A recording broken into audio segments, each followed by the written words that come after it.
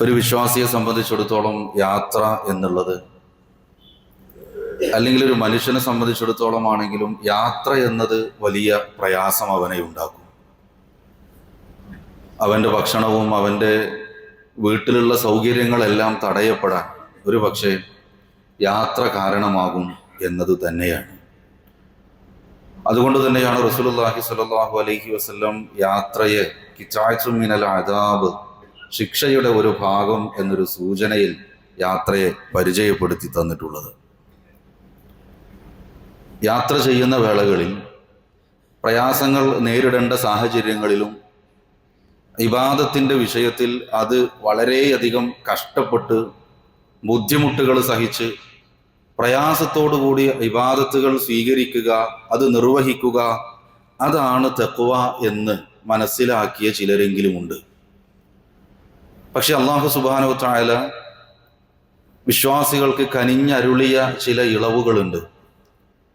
വിശേഷിച്ചും യാത്രക്കാരെ സംബന്ധിച്ചിടത്തോളം വലിയ പരിഗണനയാണ് ഇസ്ലാം യാത്രികർക്ക് നൽകുന്നത്. ഈ ഇളവുകളെക്കുറിച്ച് മനസ്സിലാക്കാനും യാത്രാവേളകളിലും അല്ലാത്തപ്പോഴുമെല്ലാം ആ ഇളവുകളെ ഏതൊക്കെ സാഹചര്യത്തിലാണോ ദീനുൽ ഇസ്ലാം നമുക്കത് അനുവദിച്ചു തന്നിട്ടുള്ളത്, ആ ഇളവുകളെ സന്തോഷപൂർവ്വം സ്വീകരിക്കാനുള്ള ഒരു മനസ്സാന്നിധ്യവും പ്രിയപ്പെട്ടവരെ നമുക്കുണ്ടാവേണ്ടതുണ്ട്. റസൂലുള്ളാഹി സ്വല്ലല്ലാഹു അലൈഹി വസല്ലമ സൂചിപ്പിക്കുകയാണ്, ഇന്നല്ലാഹ യുഹിബ്ബു അൻ തുഅത റുഖസഹു. അല്ലാഹു സുബ്ഹാനഹു വ തആല മനുഷ്യന് നൽകിയ ഇളവുകൾ സ്വീകരിക്കുന്നത് അല്ലാഹുവിന് ഇഷ്ടമാണ്. കമാ യക്റഹു അൻ തുഅത മഅസിയതുഹു. തെറ്റുകൾ ചെയ്യുന്നത് അല്ലാഹു വെറുക്കുന്നത് പോലെ ഇളവുകൾ സ്വീകരിക്കുന്നത് അല്ലാഹുവിന് ഇഷ്ടമാണ് എന്ന് റസൂലുള്ളാഹി സ്വല്ലല്ലാഹു അലൈഹി വസല്ലം നമ്മെ ഓർമ്മപ്പെടുത്തിയത് കാണാൻ കഴിയും.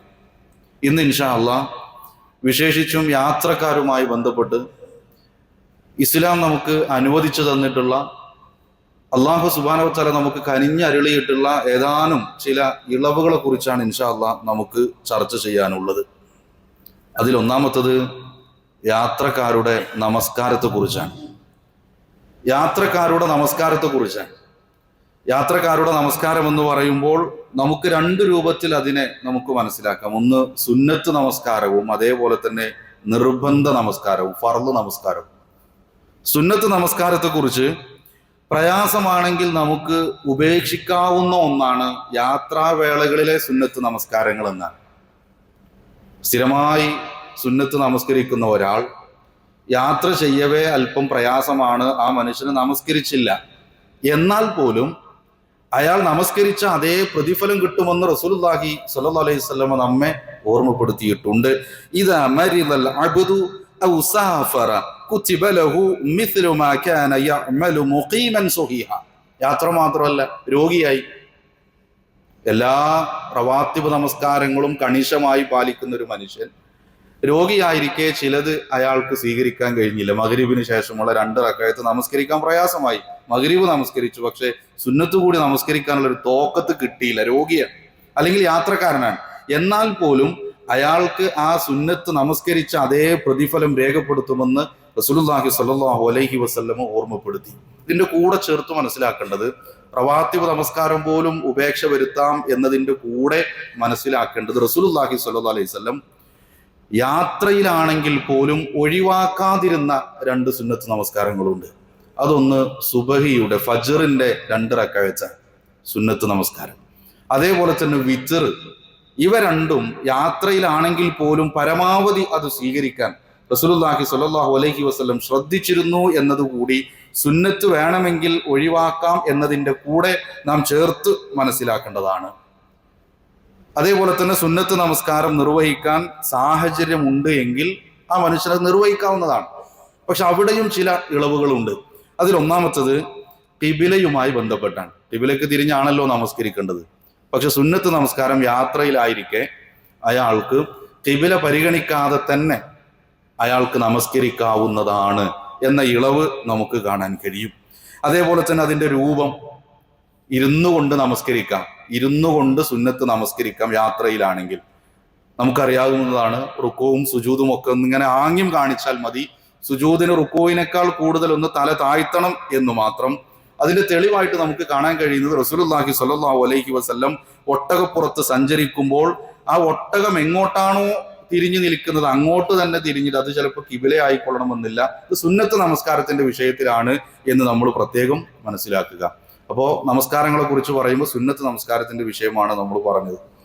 അടുത്തത് ഫർള് നമസ്കാരത്തിന്റെ, നിർബന്ധ നമസ്കാരത്തിന്റെ വിഷയം പറയുമ്പോൾ നമ്മുടെ മനസ്സിലേക്ക് ആദ്യം കടന്നു വരുന്ന ഒന്ന്, യാത്രക്കാരന് പ്രത്യേകമായി ചുരുക്കിയും കൂട്ടിയും നമസ്കരിക്കാവുന്ന ജംഉം ഖസ്റിന്റെയും വിഷയമാണ്.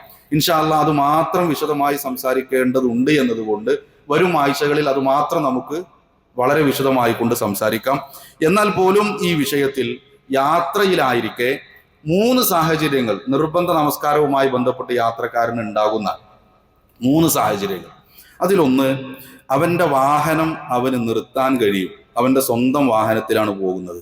അവന് നമസ്കാരത്തിന്റെ സമയമായാൽ ഒരു പള്ളിയുടെ മുന്നിൽ, അല്ലെങ്കിൽ പള്ളിയൊന്നും ഇല്ലെങ്കിൽ നല്ല വൃത്തിയുള്ള ഒരു സ്ഥലത്ത് അവന്റെ കൺട്രോളിലുള്ള, അവന്റെ നിയന്ത്രണത്തിലുള്ള ഒരു വാഹനമാണ് എങ്കിൽ അവൻ ആ വാഹനത്തിൽ നിന്ന് ഇറങ്ങി അവൻ കിബിലക്ക് നേരെ തിരിഞ്ഞ് എങ്ങനെയാണോ നമസ്കരിക്കുന്നത് ഒരു പരിപൂർണമായ നമസ്കാരം അവൻ നിർവഹിക്കണം എന്നാണ്. നമ്മൾ നേരത്തെ പറഞ്ഞു സുന്നത്ത് നമസ്കാരമാണെങ്കിൽ അതിൽ ഇളവുകളുണ്ട് എന്നാണ്.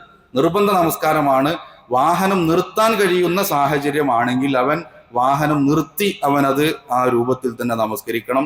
അവിടെ നമസ്കരിക്കുന്ന വേളയിൽ അവന് ജംഉം ഖസ്റുമായിട്ടൊക്കെ നമസ്കരിക്കാം എന്ന് മാത്രം.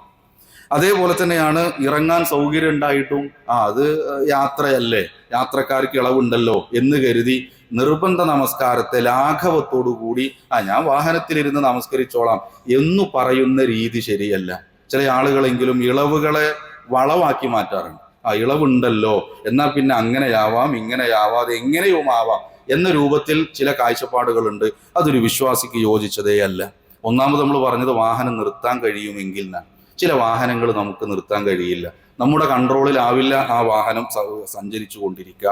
അത്തരം വാഹനങ്ങൾ ഒരു പക്ഷെ ട്രെയിനാവാം, അല്ലെങ്കിൽ വിമാനമാകാം, അല്ലെങ്കിൽ നമ്മുടെ നിയന്ത്രണത്തിലല്ലാത്ത വല്ല പൊതുഗതാഗത സംവിധാനങ്ങളൊക്കെ ആണെങ്കിൽ അതിൽ നിൽക്കാൻ കഴിയുമെങ്കിൽ നിന്ന് നമസ്കരിക്കണം. നിൽക്കാൻ കഴിയുമെങ്കിൽ നിന്ന് നമസ്കരിക്കണം. അത് എപ്പോഴും സാധ്യമായി കൊള്ളണമെന്നില്ല. അതേപോലെ തന്നെ കിബില എവിടെ എന്ന് നമുക്കറിയും. അങ്ങോട്ട് തന്നെ തിരിഞ്ഞു നിൽക്കാൻ ഒരു സൗകര്യവും സാഹചര്യമൊക്കെ ഒത്തു കിട്ടുമെങ്കിൽ അത് അങ്ങനെ നിർവഹിക്കണം എന്നാണ്. അതല്ലാതെ നിൽക്കാനുള്ള സാഹചര്യമുണ്ട് ശരി, പക്ഷെ അത് ആളുകളെ പ്രയാസപ്പെടുത്തിക്കൊണ്ടുള്ള രൂപത്തിലാവും ചെയ്യരുത്.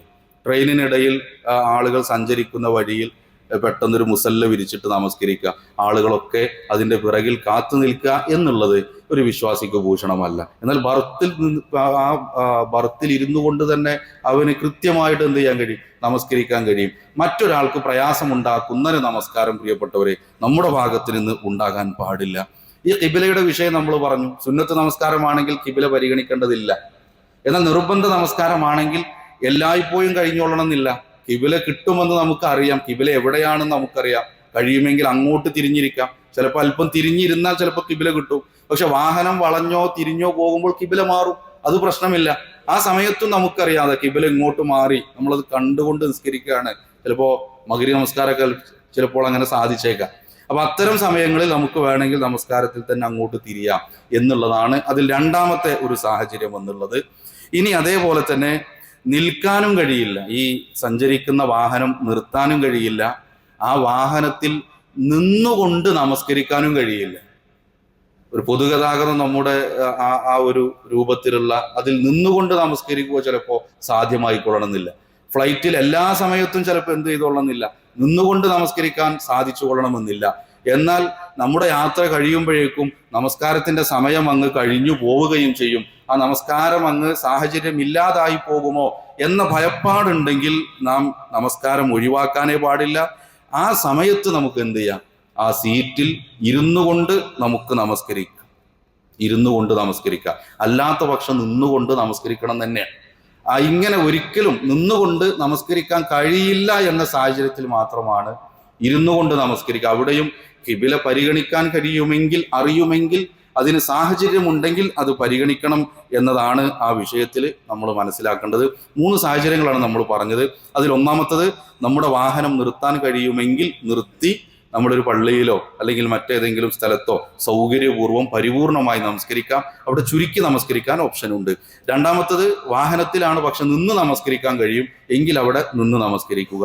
മൂന്നാമത്തത് വാഹനത്തിലാണ്, നമുക്ക് ഇറങ്ങാൻ കഴിയില്ല, നിന്ന് നമസ്കരിക്കാനും കഴിയില്ല എങ്കിൽ മാത്രം ഇരുന്ന് നമസ്കരിക്കാം. നിർബന്ധ നമസ്കാരവുമായി യാത്രക്കാർ ശ്രദ്ധിക്കേണ്ടുന്ന വളരെ പ്രധാനപ്പെട്ട കാര്യങ്ങളാണ് നമ്മൾ സൂചിപ്പിച്ചത്. ഇനി ഒരാൾ ഇങ്ങനെ ഇരുന്നു കൊണ്ടൊക്കെ നമസ്കരിച്ചു, അയാൾ വീട്ടിലെത്തിയാൽ ഈ നമസ്കാരം പിന്നീട് മാറ്റി നമസ്കരിക്കണോ എന്ന ചർച്ച കർമ്മശാസ്ത്ര ഗ്രന്ഥങ്ങളിൽ നമുക്കത് കാണാൻ കഴിയും. ഷാഫി മദ്ഹബ് അനുസരിച്ച് മാറ്റി നമസ്കരിക്കണം എന്നാണ്. എന്നാൽ ബാക്കിയുള്ള മദ്ഹബുകളും അതേപോലെ തന്നെ ആ വിഷയത്തിലെ പ്രബലമായ അഭിപ്രായവും എന്തു ചെയ്യേണ്ടതില്ല, അത് മാറ്റി നമസ്കരിക്കേണ്ടതില്ല. അള്ളാഹു സുബ്ഹാനഹു വ തആല ഒരാളോടും കഴിവിനപ്പുറം ചെയ്യാൻ അവനോട് കൽപ്പിക്കുന്നില്ല എന്നതിൻ്റെ അടിസ്ഥാനത്തിൽ നമസ്കാരം അവന് പരിപൂർണമായി കിട്ടി എന്നാണ് ആ വിഷയത്തിൽ മനസ്സിലാക്കേണ്ടത്. പലരും ഇങ്ങനെ ഈ യാത്രയിൽ ഉള്ള നമസ്കാരത്തെ ഒഴിവാക്കി ഖളാ ആക്കി, അത് ലുഹറൊക്കെ പിന്നീട് ലുഹറും അസറൊക്കെ മഗ്രിബും ഇശായിലേക്ക് കൂടെ നമസ്കരിക്കുന്ന അവസ്ഥയുണ്ട്. ഒരിക്കലും ഒരു വിശ്വാസിയുടെ ജീവിതത്തിൽ ഉണ്ടാകരുത്. ഈ ഇളവുകളൊക്കെ നമുക്ക് തന്നിട്ടുള്ളത് നമസ്കാരം ഒരിക്കലും ഉപേക്ഷ വരുത്തരുത് എന്നതിൻ്റെ അടിസ്ഥാനത്തിലാണ്. ചേർത്ത് പറയേണ്ടുന്ന ചില കാര്യങ്ങൾ, യാത്രയിൽ ചിലപ്പോൾ നമ്മൾ ഉറങ്ങിപ്പോയേക്കാം. നമസ്കാരത്തിന്റെ സമയം കഴിഞ്ഞിട്ടാണ് നമ്മൾ ഉണർന്നത്. സൂര്യൻ ഉദിച്ചു ഉയർന്നതിന് ശേഷമാണ് റബ്ബേ സുബൈ നമസ്കരിച്ചിട്ടില്ലല്ലോ എന്നൊരു ഓർമ്മ വന്നത് എങ്കിൽ എപ്പോൾ ഓർമ്മ വന്നോ അപ്പോൾ നമസ്കരിക്കുക എന്നതാണ്. റസൂലുള്ളാഹി സ്വല്ലല്ലാഹു അലൈഹി വസല്ലമയുടെ ചരിത്രത്തിൽ നമുക്ക് സമാനമായ ചില സാഹചര്യങ്ങൾ നമുക്ക് കാണാൻ കഴിയും. യാത്രയുമായിട്ടാണെങ്കിലും ചില കാര്യങ്ങൾ ഇതിൽ ചേർത്തു പറയേണ്ടത്, നിന്നുകൊണ്ട് നമസ്കരിക്കുന്നതിൻ്റെ ഒരു പ്രാധാന്യം നമ്മൾ പറഞ്ഞു. അത് നമസ്കാരത്തിന്റെ ഒരു അവിഭാജ്യമായ റുക്നാണ്. ഖിയാം എന്ന് പറഞ്ഞു നിന്നുകൊണ്ട് നമസ്കരിക്കുക എന്നത് ഫർള് നമസ്കാരത്തിൽ ഒഴിച്ചുകൂടാൻ പറ്റാത്ത അതിൻ്റെ റുക്നുകളിൽപ്പെട്ടതാണ്. പലപ്പോഴും നമ്മുടെ പള്ളികളിലും മറ്റും ഒക്കെ കാണുന്ന ഒരു പ്രവണത, ഒരിക്കലും നമ്മുടെ പള്ളിയിൽ ഇന്നിവിടെ ഇരുന്ന് നമസ്കരിക്കുന്ന ആളുകളെ കുറിച്ചല്ല ഇത് സൂചിപ്പിക്കുന്നത്. അവർക്കതിലൊരു പ്രയാസവും ഉണ്ടാകേണ്ടതില്ല. പലപ്പോഴും കണ്ടുകൊണ്ടിരിക്കുന്ന ഒരു പ്രവണത, എന്തെങ്കിലും ചെറിയൊരു പ്രയാസം, കാലിനൊരു വേദന, വിരലിനൊരു വേദന, ഊരയ്ക്ക് ചെറിയൊരു പ്രയാസം, നേരെ വരുന്നു, കസേര എടുക്കുന്നു, നമസ്കരിക്കുന്നു. ഈ ഒരു രീതി ശരിയല്ല. നിന്നുകൊണ്ട് നമസ്കരിക്കാൻ കഴിയുമെങ്കിൽ അവൻ നിന്നുകൊണ്ട് തന്നെയാണ് ആ ഒരു നമസ്കാരം നിർവഹിക്കേണ്ടതെന്ന് ഹദീസുകളിലേക്ക് നോക്കുമ്പോൾ നമുക്ക് കാണാൻ കഴിയും. സ്വല്ലി ഖായിമൻ ഫഇല്ലം തസ്തതി' ഫഖായിദ. നിന്നുകൊണ്ട് നമസ്കരിക്കാൻ കഴിയാത്ത ഒരു സാഹചര്യത്തിൽ മാത്രമാണ് അവൻ ഇരുന്നു കൊണ്ട് നമസ്കരിക്കാനുള്ള ഒരു ഓപ്ഷൻ ഉള്ളത് എന്ന്. അതിലും ചിലത് നമ്മൾ ചേർത്ത് പറയേണ്ടത്, നിൽക്കാൻ തീരെ സാധിക്കാത്ത ആളുകൾ, വാർദ്ധക്യ സഹജമായ പ്രയാസമുണ്ട്, വലിയ വേദന ശരീരത്തിലുണ്ട്, തളർച്ചയുണ്ട്, അല്ലെങ്കിൽ ഒടിവ് സംഭവിച്ചിട്ടുണ്ട്, ഇത്തരം സാഹചര്യങ്ങളിൽ ഇരിക്കേണ്ടതുള്ളൂ. ഇത് പലപ്പോഴും വീട്ടിൽ നിന്ന് നടന്നാണ് വരിക, പള്ളിയിൽ കയറുന്നതിന് മുമ്പ് പള്ളിയുടെ മുന്നിൽ ഒരു അരമണിക്കൂർ നിന്ന് സംസാരിക്കുന്നയാളാണ്. പള്ളിയിൽ കയറിയാൽ ആദ്യം അദ്ദേഹം നോക്കുന്നത് എവിടെ ചെയറുന്ന. ഇത് അനുവദനീയമല്ല. അവിടെ നമ്മളത് വളരെ കർശനമായിട്ട് പാലിക്കേണ്ട ഒരു വിഷയമാണ്. ചിലർക്ക് നിന്ന് നമസ്കരിച്ചാൽ കഠിനമായ വേദനകൾ ഉണ്ടാവും. അത്തരം ആളുകൾക്ക് ഇരുന്നു കൊണ്ട് നമസ്കരിക്കാം. അല്ലെങ്കിൽ ഡോക്ടർ പറയാണ് ഇങ്ങനെ ഇത്ര സമയം പോലും നിങ്ങൾ എന്ത് ചെയ്യാൻ പാടില്ല, നിങ്ങൾ നിൽക്കാൻ പാടില്ല, ഇരുന്നിട്ടേ നിങ്ങളുടെ നമസ്കാരം നിർവഹിക്കാവൂ എന്ന് ഒരു ഡോക്ടറുടെ നിർദ്ദേശം ഉണ്ടെങ്കിൽ ഇരുന്നു കൊണ്ട് നമസ്കരിക്കാം. അതല്ലെങ്കിൽ തലകറക്കം സംഭവിക്കും. ചില ആളുകൾക്ക് ഉണ്ടാവും, നിന്ന് നമസ്കരിക്കുന്ന സമയത്ത് അല്ലെങ്കിൽ നിൽക്കുന്ന സമയത്ത് 5 മിനിറ്റ് നിന്നാൽ 2 മിനിറ്റ് നിന്നാൽ തല കറങ്ങി വീഴുമോ എന്ന് ഭയപ്പെടുന്ന സാഹചര്യങ്ങൾ ഉണ്ടെങ്കിൽ, അതല്ലാത്ത ഞാൻ സൂചിപ്പിക്കാത്ത മറ്റു വലിയ പ്രയാസങ്ങൾ ഉണ്ടെങ്കിൽ മാത്രമേ നിന്നുകൊണ്ട് ഉള്ള നമസ്കാരത്തിന് പകരം ഇരുന്നു കൊണ്ടുള്ള നമസ്കാരം ഉണ്ടാകൂ എന്നത് പ്രിയപ്പെട്ടവരെ നമ്മൾ ഉറപ്പുവരുത്തേണ്ടുന്ന ഒരു വിഷയമാണ്. ഇതിൽ തന്നെ പല ആളുകൾക്കും സുജൂദ് ചെയ്യാനായിരിക്കും പ്രയാസം ഉണ്ടാവുക. ആ നിന്നുകൊണ്ട് തെക്ബീർ കെട്ടാൻ പ്രയാസം ഉണ്ടാവില്ല, ആ ഖിയാമിനൊന്നും പ്രയാസം ഉണ്ടാവില്ല, സുജൂദിലേക്ക് പോകുമ്പോഴേ പ്രയാസം ഉണ്ടാവുള്ളൂ. പക്ഷെ അദ്ദേഹം എന്ത് ചെയ്യുന്നറിയോ, ഇരുന്നു കൊണ്ട് പരിപൂർണമായിട്ട് എന്ത് ചെയ്യും, കസേരയിൽ നമസ്കരിക്കുന്നു. അല്ല, അവിടെ എന്ത് ചെയ്യുന്നുണ്ട്, കസേര പിറകിൽ ഉണ്ടായിക്കോട്ടെ, നമ്മൾ നിന്നുകൊണ്ടാണ് നമസ്കരിക്കേണ്ടത്. നമ്മുടെ റുക്കുവും അങ്ങനെ ആവാം. സുജൂദിന്റെ സമയത്ത് മാത്രം ഇരുന്നു കൊണ്ട് സുജൂദ് നിർവഹിച്ച് ബാക്കി കഴിഞ്ഞ് വീണ്ടും ഖിയാമിലേക്ക് വരുമ്പോൾ, നൃത്തത്തിലേക്ക് വരുമ്പോൾ നിന്നുകൊണ്ട് നമസ്കരിക്കാനുള്ള ഒരു ശ്രദ്ധ നമ്മുടെ ഭാഗത്ത് നിന്ന് ഉണ്ടാകണമെന്ന് പ്രത്യേകം നമ്മൾ ശ്രദ്ധിക്കേണ്ടുന്ന ഒരു വിഷയമാണ്. എന്നാൽ ചില ആളുകൾ അതിൽ മനസ്സിലാക്കേണ്ടത്, ചിലപ്പോൾ ഒരു റക്അത്ത് എന്ത് ചെയ്യാൻ കഴിയും, നിന്നുകൊണ്ടൊക്കെ കഴിയും, സുജൂദൊക്കെ ശരിക്ക് കഴിയും, അല്ലെങ്കിൽ 2 റക്അത്ത് കഴിയും, മൂന്നാമത്തേതാണ് കഴിയാത്തത്. എങ്കിൽ ആ കഴിയുന്ന അത്ര ആ 2 റക്അത്ത് അങ്ങനെ പരിപൂർണമായി നിസ്കരിക്കാൻ കഴിയുമെങ്കിൽ അയാൾക്കത് അങ്ങനെ തന്നെ പരിപൂർണമായി എന്ത് ചെയ്യാം, നിർവഹിക്കാം. അതിനുശേഷം മാത്രമേ ഈ ഇളവുകളിലേക്ക് വരാവൂ എന്നുള്ളത് പ്രത്യേകം നമ്മൾ ഓർക്കേണ്ടതാണ്. ചുരുക്കത്തിൽ സുജൂദ് ചെയ്യാൻ ഒരു പ്രയാസമുണ്ട് എന്ന കാരണത്താൽ പരിപൂർണമായി നമസ്കാരം കസേരയിൽ ഇരുന്ന് നമസ്കരിക്കുക എന്ന പ്രവണത ശരിയല്ല എന്ന് നമ്മൾ മനസ്സിലാക്കുക. അതേപോലെ തന്നെ കസേരയിൽ ഇരുന്ന് നമസ്കരിക്കുന്ന ആളുകൾ ശ്രദ്ധിക്കേണ്ട ഒന്ന്, റുക്കൂവിന്റെയും സുജൂദിന്റെയൊക്കെ വിഷയം നമുക്കറിയാവുന്നതാണ്. ആംഗ്യം കാണിച്ചാൽ മതി. ചില ആളുകളെങ്കിലും വീട്ടിലോ മറ്റോ ആവുമ്പോൾ ഒരു ടേബിൾ കൊണ്ടുവന്നിട്ട് സുജൂദിന്റെ സ്ഥലത്ത് അത് തട്ടണം, അല്ലെങ്കിൽ ഒരു തലയണ കൊണ്ടുവന്ന് മടിയിൽ വെച്ചത് തട്ടണം എന്ന നിബന്ധനയൊക്കെ അത് വെറുതെ സ്വയം തോന്നുകയാണ്. അങ്ങനെ ചെയ്താലേ ശരിയാവും. അത് സുന്നത്തിൽ അങ്ങനെയില്ല. പ്രവാചകൻ സ്വല്ലല്ലാഹു അലൈഹി വസല്ലം അങ്ങനെ കാണിച്ചു തന്നിട്ടില്ല എന്ന് നമ്മൾ മനസ്സിലാക്കുക. കൈകൾ മുട്ടിൽ വെച്ചാൽ മതി. റുക്കൂ ആണെങ്കിലും സുജൂദാണെങ്കിലും ഒക്കെ കൈകൾ നമ്മുടെ കാൽമുട്ടിൽ വെച്ചാൽ മതി. ചില ആളുകളെങ്കിലും റുക്കൂവിന്റെ സമയത്ത് കൈ ഇങ്ങനെ വായുവിൽ പിടിക്കുന്ന, അന്തരീക്ഷത്തിൽ പിടിക്കുന്ന സാഹചര്യം അത് വേണ്ടതില്ല എന്ന് നമ്മൾ മനസ്സിലാക്കുക.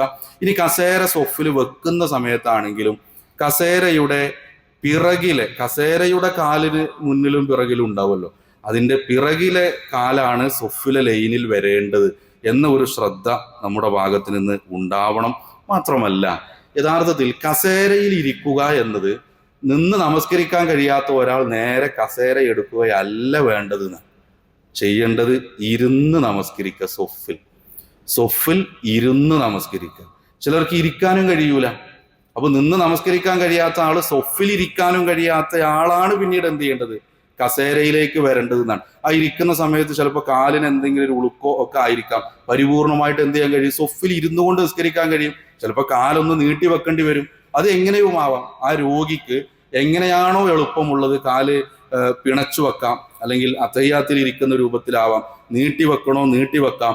സൊഫിൽ ഇരിക്കാനും കഴിയാത്ത ഒരു സാഹചര്യത്തിലാണ് യഥാർത്ഥത്തിൽ നമ്മൾ കസേരയെ അവലംബിക്കേണ്ടത് എന്നുകൂടി ഈ വിഷയത്തിൽ നമ്മൾ ചേർത്ത് മനസ്സിലാക്കേണ്ടതാണ്. നമസ്കാരവുമായി ബന്ധപ്പെട്ട ചിലത് നമ്മൾ സൂചിപ്പിച്ചു. അടുത്തത് യാത്രികനുള്ള ഇളവ് എന്നത് ജുമുഅയുടെ വിഷയത്തിലാണ്. ഇസ്ലാം വളരെ കനിവോടുകൂടി സംസാരിച്ചിട്ടുള്ള വിഷയമാണ്. യാത്രക്കാർക്ക് നൽകിയ വലിയൊരു ഇളവാണ് ജുമുഅ ഒഴിവാക്കാം എന്നുള്ളത്. ജുമുഅ വേണമെങ്കിൽ അവന്റെ യാത്ര കാരണത്താൽ ജുമുഅക്ക് പ്രയാസമുണ്ടെങ്കിൽ അവന് ജുമുഅയിൽ പങ്കെടുക്കേണ്ടതില്ല. പലപ്പോഴും പരമാവധി നമ്മൾ ശ്രദ്ധിക്കേണ്ടത് വെള്ളിയാഴ്ചകളിലെ യാത്രകളൊക്കെ ഒഴിവാക്കാൻ ശ്രദ്ധിക്കുക. പക്ഷെ പലപ്പോഴും അതിന് സാധിക്കുകയില്ല. കാരണം നമ്മുടെ കയ്യിലാവില്ല അതിന്റെ ടിക്കറ്റും കാര്യങ്ങളൊന്നും ഉണ്ടാവുക. അപ്പോൾ വെള്ളിയാഴ്ച യാത്ര പുറപ്പെടേണ്ടി വന്നുവെങ്കിൽ അവന് ആ ജുമുഅ ഒഴിവാക്കാവുന്നതാണ്. എന്നാൽ ജുമുഅ ഒഴിവാക്കിയ ഒരാൾക്ക് എന്ത് ചെയ്യാം, യാത്രക്കാരനാണല്ലോ, യാത്ര തുടങ്ങിക്കഴിഞ്ഞല്ലോ, ളുഹറാണ് അവൻ നമസ്കരിക്കേണ്ടത്. ആ ളുഹർ അവൻ എത്ര നമസ്കരിച്ചാൽ മതി? 2 റക്അത്ത് നമസ്കരിച്ചാൽ മതി.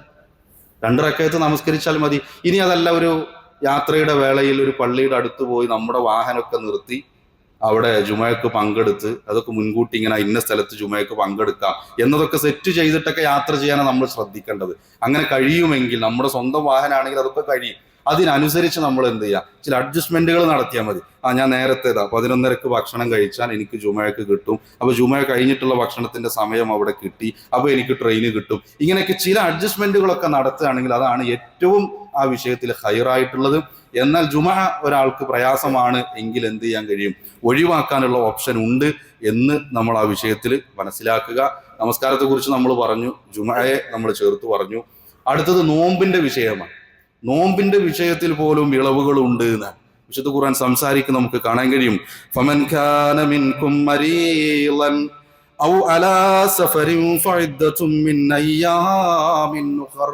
രോഗിയാണെങ്കിലും അതേപോലെ തന്നെ ഒരു യാത്രക്കാരനായെങ്കിലും ആ എത്ര ദിവസത്തെ നോമ്പാണോ നഷ്ടപ്പെട്ടത് അത് മറ്റു ദിവസങ്ങളിൽ നോറ്റുവീട്ടിയാൽ മതി എന്ന് വിശുദ്ധ ഖുർആനിന്റെ കൽപ്പന അല്ലെങ്കിൽ ആ ഒരു നിർദ്ദേശം നമുക്ക് കാണാൻ കഴിയും. സൂറത്തുൽ ബഖറ 184 ആയത്തിൽ ആ ഇളവ് നമുക്ക് കാണാൻ കഴിയുന്നതാണ്.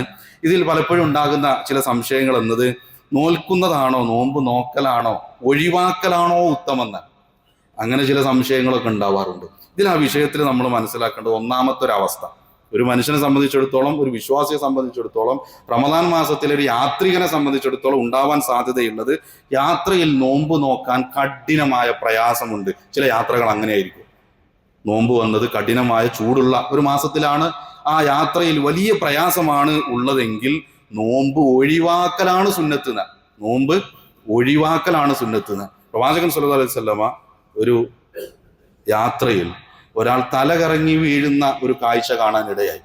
ആ സമയത്ത് അങ്ങോട്ട് ചെല്ലുന്നു. ആ സമയത്ത് അയാൾ നോമ്പെടുത്തിരുന്നു. കഠിനമായ വെയിൽ അദ്ദേഹത്തിന് സഹിക്കാൻ കഴിഞ്ഞില്ല, തല കറങ്ങി വീണതാണ് എന്ന് പറഞ്ഞപ്പോൾ റസൂലുള്ളാഹി സ്വല്ലല്ലാഹു അലൈഹി വസല്ലം പറയുന്ന വാക്യം ഇങ്ങനെയാണ്: ലൈസ മിനൽ ബിർരി സിയാമു ഫി സഫർ എന്ന് പറഞ്ഞാൽ, യാത്രയിൽ ഇങ്ങനെ കഷ്ടപ്പെട്ട് നോമ്പ് നോൽക്കുന്നത് പുണ്യകരമല്ല കേട്ടോ എന്ന് റസൂലുള്ളാഹി സ്വല്ലല്ലാഹു അലൈഹി വസല്ലം പറഞ്ഞു എന്നാണ്. നമ്മൾ മരിക്കും തോന്നിയല്ലേ, ആ മരിക്കോ എന്നതിനാ പരിഗണന കൊടുക്കേണ്ടത്, അവിടെ നോമ്പെടുത്ത് പോകുക എന്നതിനല്ല. അപ്പോൾ പ്രയാസമുണ്ടെങ്കിൽ നോമ്പ് ഒഴിവാക്കാം. രണ്ടാമത്തെ ഒരു സാഹചര്യം എന്നുള്ളത് ഒരു പ്രയാസമല്ല. ചിലപ്പോൾ വീട്ടിൽ വെറുതെ ഇരിക്കുന്നതിനേക്കാൾ എളുപ്പമായിരിക്കും ആ ഒരു യാത്ര പോവുക എന്ന് പറഞ്ഞാൽ. ഒരു പ്രയാസവും അറിയില്ല, AC കാറിലാണ് യാത്ര, അല്ലെങ്കിൽ നല്ല AC കോച്ചിലാണ് യാത്ര, ഒരു പ്രയാസവും ഇല്ല. ആ സമയത്ത് എന്ത് ചെയ്യാം? അയാൾക്ക് നോമ്പ് എടുക്കാവുന്നതാണ്, എടുക്കലാണ് ഉത്തമം എന്ന് നമുക്ക് ആ വിഷയത്തിൽ മനസ്സിലാക്കേണ്ടതുണ്ട്. എന്നാൽ മൂന്നാമത്തെ ഒരു സാഹചര്യം എന്ന് പറഞ്ഞാൽ ഒരു ഇടത്തരം അവസ്ഥ എന്ന് പറഞ്ഞാൽ, എടുക്കാനും കഴിയും, അല്ലെങ്കിൽ കുറച്ച് പ്രയാസമുണ്ട് എന്നാൽ വലിയൊരു പ്രയാസമല്ല എന്ന ഒരു സാഹചര്യമാണെങ്കിൽ ഇഷ്ടമുള്ളത് സെലക്ട് ചെയ്യാമെന്നാണ്. പ്രവാചകൻ സല്ലല്ലാഹു അലൈഹി വസല്ലമയുടെ അടുക്കല് ഹംസത്ത് ബിൻ അംർ റളിയല്ലാഹു അൻഹു വന്നിട്ട് ചോദിക്കുന്നുണ്ട്: പ്രവാചകരെ, യാത്രയിൽ നോമ്പ് നോൽക്കാൻ എനിക്ക് നല്ല ആരോഗ്യമുണ്ട്, എനിക്ക് പ്രശ്നമൊന്നുമില്ല, ഞാൻ നോമ്പെടുക്കട്ടെ പ്രവാചകരെ എന്ന് ചോദിക്കുമ്പോൾ റസൂലുള്ളാഹി സ്വല്ലല്ലാഹു അലൈഹി വസല്ലം പറയുന്നത്: ഹിയ റുഖ്സത്തും മിനല്ലാഹ്, യാത്രികർക്ക് നോമ്പിലെ അളവ് അത് അല്ലാഹു സുബ്ഹാനഹു വ തആല തന്നതാണ്. ഫമൻ അഖദ ബിഹാ ഫഹസന, ആ ഒരു റുഖ്സ ഇളവ് സ്വീകരിക്കുകയാണെങ്കിൽ അത് ഏറ്റവും നല്ലതാണ്. ഫമൻ അഹബ്ബ അൻ യസൂമ ഫലാ ജുനാഹ അലൈഹി, ഇനി ഒരാൾ നോമ്പെടുക്കുക എന്ന് വിചാരിച്ചാൽ അയാൾക്ക് കുറ്റമൊന്നുമില്ല, കഴിയുമെങ്കിൽ നോമ്പെടുക്കാം. ഇതാണ് ആ നോമ്പിന്റെ വിഷയത്തിൽ നമ്മൾ മനസ്സിലാക്കേണ്ടത്. നോമ്പ് നഷ്ടപ്പെട്ടു പോയാൽ അല്ലെങ്കിൽ നോമ്പ് ഉപേക്ഷിച്ചാൽ എന്ത് ചെയ്യണം? ആ നോമ്പ് നാം നോറ്റു വീട്ടുക എന്നത് നമ്മുടെ മേൽ ബാധ്യതയായിരിക്കും എന്നുകൂടി ആ വിഷയത്തിൽ നമ്മൾ ചേർത്ത് മനസ്സിലാക്കേണ്ടതുണ്ട്. എന്നാൽ പോലും യാത്രക്കാരെ കുറിച്ചാണല്ലോ നമ്മൾ പറഞ്ഞത്. നിരന്തരമായി റമദാനിൽ യാത്ര ചെയ്യേണ്ട ആളുകൾ ഉണ്ടാവും, ജോലി സംബന്ധമായിട്ട് യാത്ര ചെയ്യേണ്ടി വരികയാണ്. ഒരു ലോറി ഡ്രൈവറാണ്, നിരന്തരമായി റമദാൻ മുഴുവൻ ചിലപ്പോൾ യാത്ര ചെയ്യേണ്ടി വന്നേക്കാം. അത്തരം സാഹചര്യത്തിലും അവർക്ക് എന്ത് ചെയ്യാം? ഈ നോമ്പ് ഉപേക്ഷ വരുത്താം, അതിൽ നിന്ന് ആ നോമ്പ് ഉപേക്ഷിക്കാം. കാരണം കുടുംബത്തെ പോറ്റാനാണ് ആ മനുഷ്യൻ എന്ത് ചെയ്യുന്നത്? അധ്വാനിക്കുന്നത്. പക്ഷെ എന്തു ചെയ്യണം? ആ മനുഷ്യന് നോമ്പ് പിന്നീട് നോറ്റു വീട്ടണം. 360 ദിവസം ഇതേ ജോലിയാണ് ചെയ്യണതെങ്കിൽ പിന്നെ എന്ത് ചെയ്യണം? പരമാവധി നോമ്പെടുക്കാൻ ആ വിഷയത്തിൽ ശ്രദ്ധിക്കണം എന്നതാണ് അതിൽ മനസ്സിലാക്കേണ്ടത്. ഇനി നോമ്പ് ഒഴിവാക്കുകയാണെങ്കിൽ തന്നെ ആ നോമ്പിനെ ഒരു അനാദരവ് കാണിക്കുന്ന രൂപത്തിൽ പബ്ലിക്കായിട്ട് ചെന്ന് ഭക്ഷണം കഴിക്കുന്നതൊന്നും ഉണ്ടാവരുത് എന്ന് നമ്മൾ മനസ്സിലാക്കേണ്ട വിഷയമാണ്.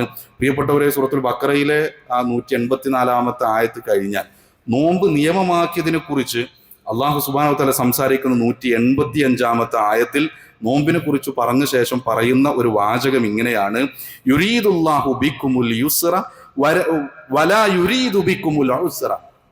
അല്ലാഹു സുബ്ഹാനഹു വ തആല നിങ്ങൾക്ക് ആശ്വാസം വരുത്താനാണ് ഉദ്ദേശിക്കുന്നത്, അതല്ലാതെ നിങ്ങൾക്ക് ഞെരുക്കമുണ്ടാക്കാൻ അള്ളാഹു ഉദ്ദേശിക്കുന്നില്ല.